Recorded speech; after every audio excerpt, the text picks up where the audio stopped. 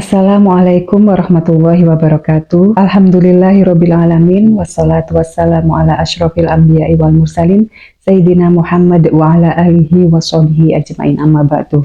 Sahabat muslimah Bangil yang dirahmati Allah, alhamdulillah kali ini kita diberi kesehatan oleh Allah untuk melanjutkan kajian sirah nabawiyah kita, yaitu mengungkap maksud politis perilaku Rasulullah Shallallahu Alaihi Wasallam karangan Profesor Dr. Muhammad Rawaskol Ahji. Kali ini kita sampai di bab ketiga, yaitu mencari daerah untuk mendirikan negara yang akan menjaga akidah dan menegakkan syariah. Setelah menghadapi penyiksaan fisik yang dialami Rasulullah dari kaum Quraisy dan juga penolakan dari Bani Sakif di Taif, kemudian dengan meninggalnya paman beliau dan juga istri beliau, maka Allah hendak menghormati Rasulullah dengan perjalanan yang penuh berkah, yaitu perjalanan Isra Mi'raj. Sesungguhnya peristiwa Isra Mi'raj adalah mukjizat bagi Rasulullah Shallallahu Alaihi Wasallam. Karena dalam peristiwa tersebut banyak hal yang mengabaikan hukum alam dan tidak berlaku setiap pertanyaan dan keterangan. Bagaimana Rasulullah mampu menempuh jarak yang sangat jauh hanya dalam hitungan detik. Juga bagaimana tubuh beliau yang mulia tahan dengan suhu badan yang mengkhawatirkan akibat gesekan tubuh beliau dengan udara.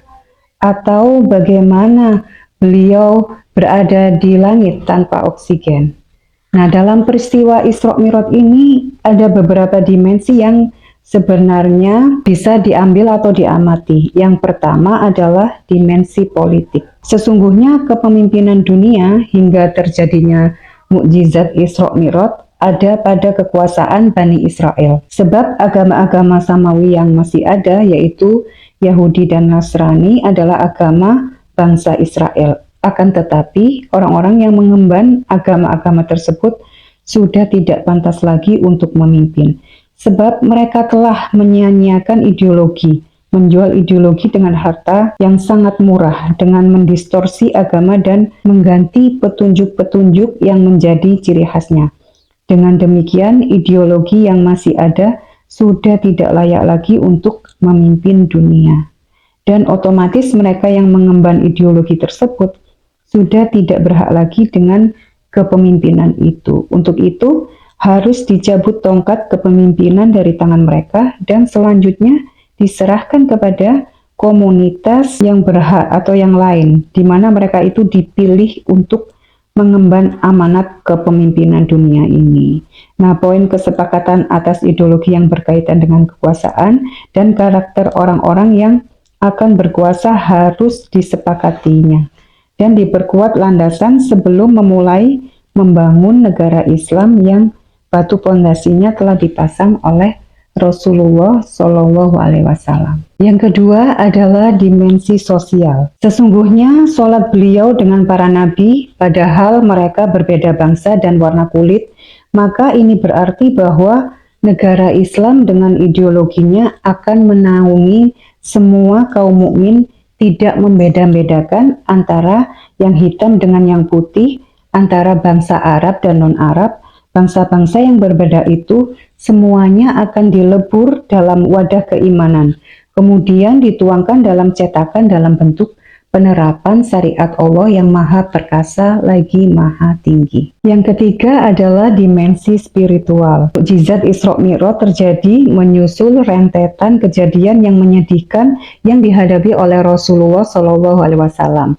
Di antaranya adalah meninggalnya paman beliau yang selalu memberi perlindungan kepada beliau. Yang kedua adalah meninggalnya istri beliau yang selalu memberi semangat dalam perjuangan beliau. Dan meningkatnya penyiksaan kaum kafir Quraisy terhadap Rasulullah. Dalam tahun ini disebut sebagai Mul Husni karena tahun tersebut banyak terjadi hal-hal yang membuat Rasulullah berduka atau tahun berduka cita.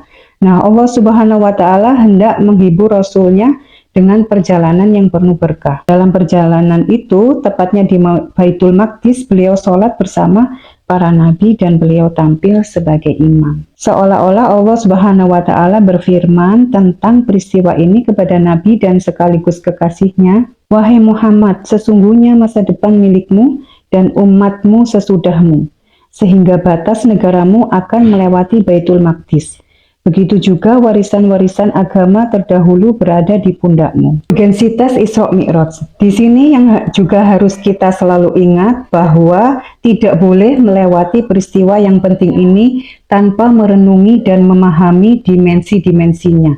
Sesungguhnya peristiwa ini merupakan ujian dari Allah kepada manusia, sehingga dengannya beriman orang-orang yang beriman dan berdustalah orang-orang yang berdusta. Peristiwa Isra Mi'raj itu terjadi setahun sebelum hijrah. Dengan demikian di sini tampak sekali bahwa pentingnya perencanaan waktu, mengingat peristiwa itu melahirkan goncangan yang mengerikan dan kegiatan yang tidak biasa di Mekah. Dan akhirnya di Mekah terjadi perdebatan semua komunitas. Perdebatan yang berlangsung itu semuanya terfokus pada perdebatan tentang ideologi yang diturunkan kepada Muhammad SAW, dan hasil dari perdebatan itu banyak orang-orang yang masuk Islam. Sebaliknya, banyak di antara mereka yang justru keluar dari Islam seperti yang telah kami sebutkan. Dengan demikian, terjadi peristiwa itu sangat urgen sebelum diproklamasikannya berdirinya negara Islam di Madinah Al-Munawwaroh. Demikianlah kajian Sirah Nabawiyah kita kali ini.